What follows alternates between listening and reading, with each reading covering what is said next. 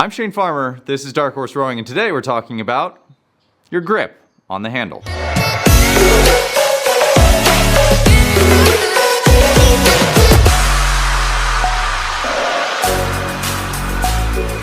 Today we're talking about your grip on the handle and why this thing is so important to the way that you're actually moving on the machine. Hint, it's because it's one of three main connection points that you have to the machine.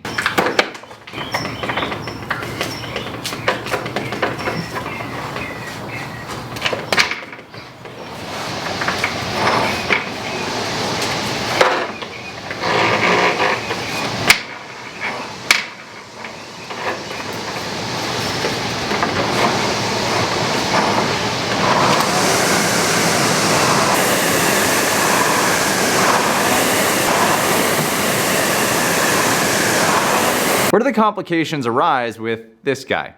First, you have narrow versus wide. Then you have the ever interesting thumb over versus thumb under discussion. Next, we have pronated versus supinated grip. And then finally, we have the death grip versus relaxed grip. And these are all things that you need to understand and figure out what is the correct way to hold the handle to make sure that you are getting the most out of your movement and that this isn't interrupting getting a good workout. So question number one that's going to come up is wide versus narrow grip. Why would you choose a narrow grip versus a wide grip? Well, there are two main reasons. Number one, this creates a sense of tension in your body if the hands are close. Now, I do want to preface this by saying that the wide grip is the correct grip. So let's just make sure that blanket statement is understood. But why you would gravitate to this grip is because it can help you feel a sense of tension. Now, it's not the tension that we need or want, and we'll explain that in a second. And then number two is if you don't have tension and every time you go to drive, if your hands are wide, it feels wobbly. This grip is going to help with that because your tension is coming into the center, which puts you more in line with the chain, which is going to help you feel less wobbly. So when we're talking about the correct grip, we want our hands nice and wide. Well, why do we want to do that? Because if I say so, that's not a good reason. Let's talk about the purpose behind it. Number one is with a wide grip, it's going to allow for better tracking of the arm through that finish or release position. We want to ensure that you can get a full arm pull through the stroke at the release or the finish with good tracking. If my hands are close, this is creating impingement and internal rotation of the shoulder, as well as this is not a strong pull position. If you were to do pull-ups, having your hands here gives me a T-Rex-like quality, which we don't necessarily value in training.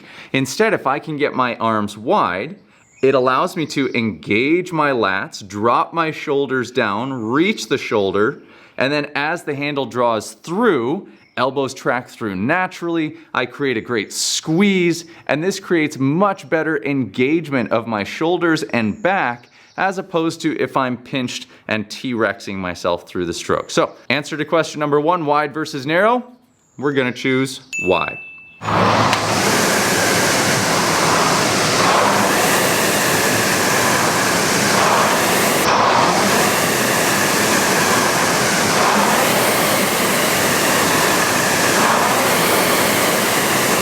Next, thumbs over versus thumbs under. This discussion is a raging fire for people. Believe me, you either absolutely want thumbs under or absolutely want thumbs over. Let's discuss why thumbs under is where you want to be, but also why you would choose thumbs over and why that may be something you've gravitated to in the past. So many who choose the thumb over grip arguably like this because it feels like a more relaxed hand position to them, and that's often the reason for thumbs over, and that they just kind of hang here with their hands. But in reality, it does not create a great position for pulling through.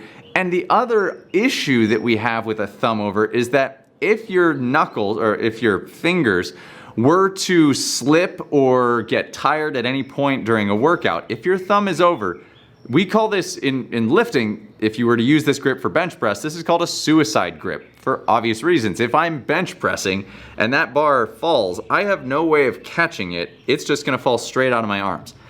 Same goes for if I'm taking a stroke, my fingers get sweaty and they slip because I put in some intensity. If my thumb is over, I have no way of grabbing onto the handle. Handle's flying that way, I'm flying that way. It ends up becoming a dangerous grip to use.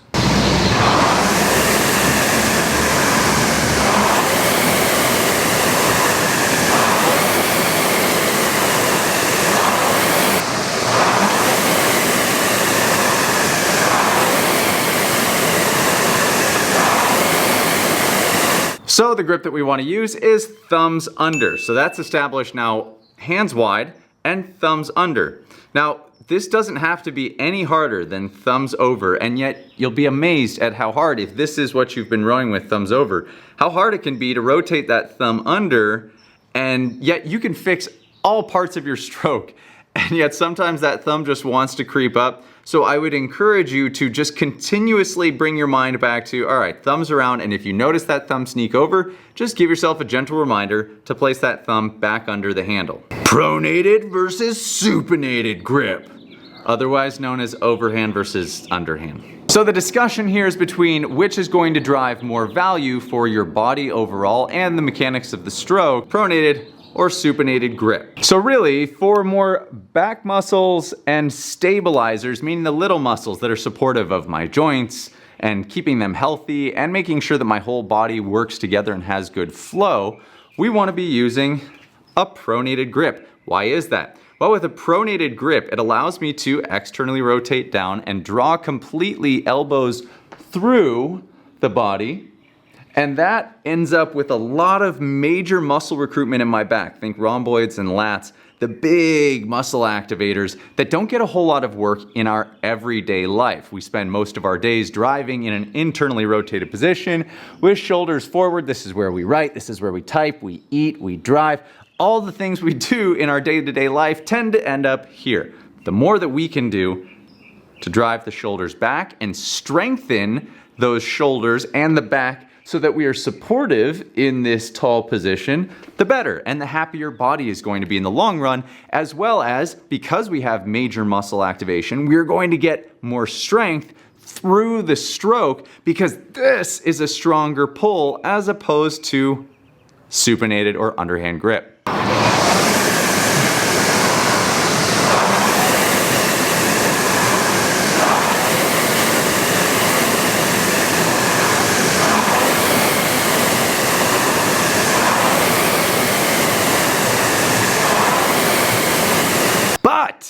If you want an absolutely sick bicep, it's there, I promise.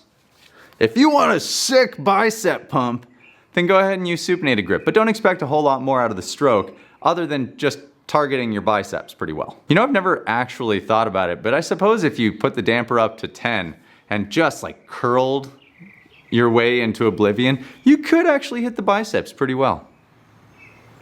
Somebody try that. Tell me how that goes. But again, I don't think that's gonna make for a great workout. Finally, death grip versus relaxed grip. Let's explore why you end up with a death grip over a relaxed grip.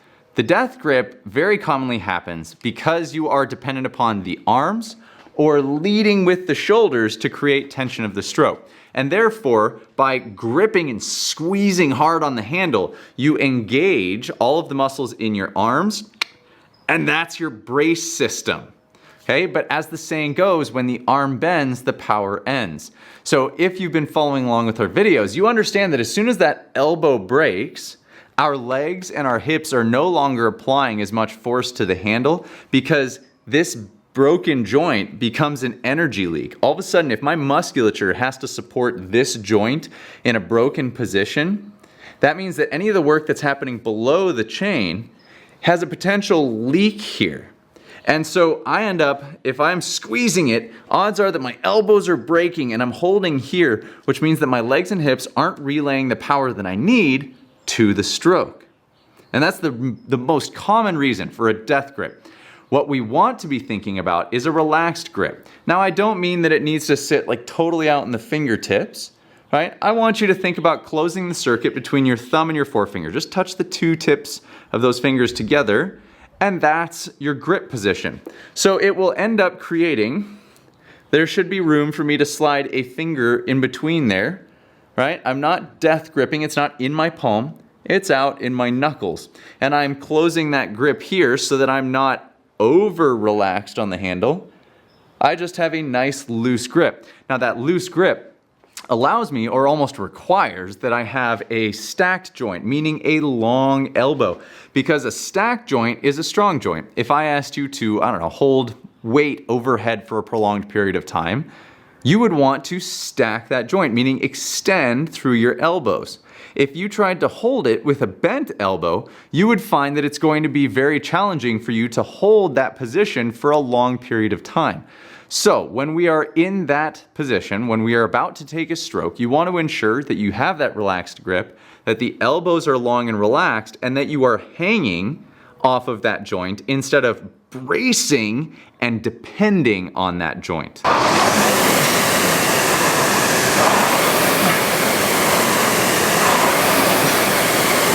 Okay, so recap time on how to hold your handle on a rower.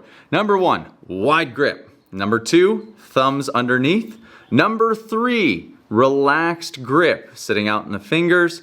And number 4, pronated grip, meaning palms down. This is our optimal position for the hands. Also remember, when I say wide, I want your pinkies on the handle, not draped off the outside. So pinkies on fully. That means all 4 fingers on the front of the handle, thumbs underneath, grip relaxed, pronated grip. You got a winner. All you have to do is let the shoulders reach, elbows extend, and engage the lats, and you are on your way to a happier stroke. All right, all of you out there in YouTube land, thanks for tuning in to another Dark Horse video. I love you guys. I appreciate you being here every single time, every single week for our videos. And if you loved what you saw and you want to make sure you get alerted for every video, go ahead and hit that subscribe button with the bell next to it so you get alerted whenever we come out with a new video. And as always, I love you all, and I will see you on the other side. Hey, thanks for watching the video. If you enjoyed this and you're looking for more and you want workouts, continuous coaching from me and my other coaches in our private Facebook community, it's our monthly workout program. It's $39 a month. Just go over to darkhorserowing.com/athlete to sign up now.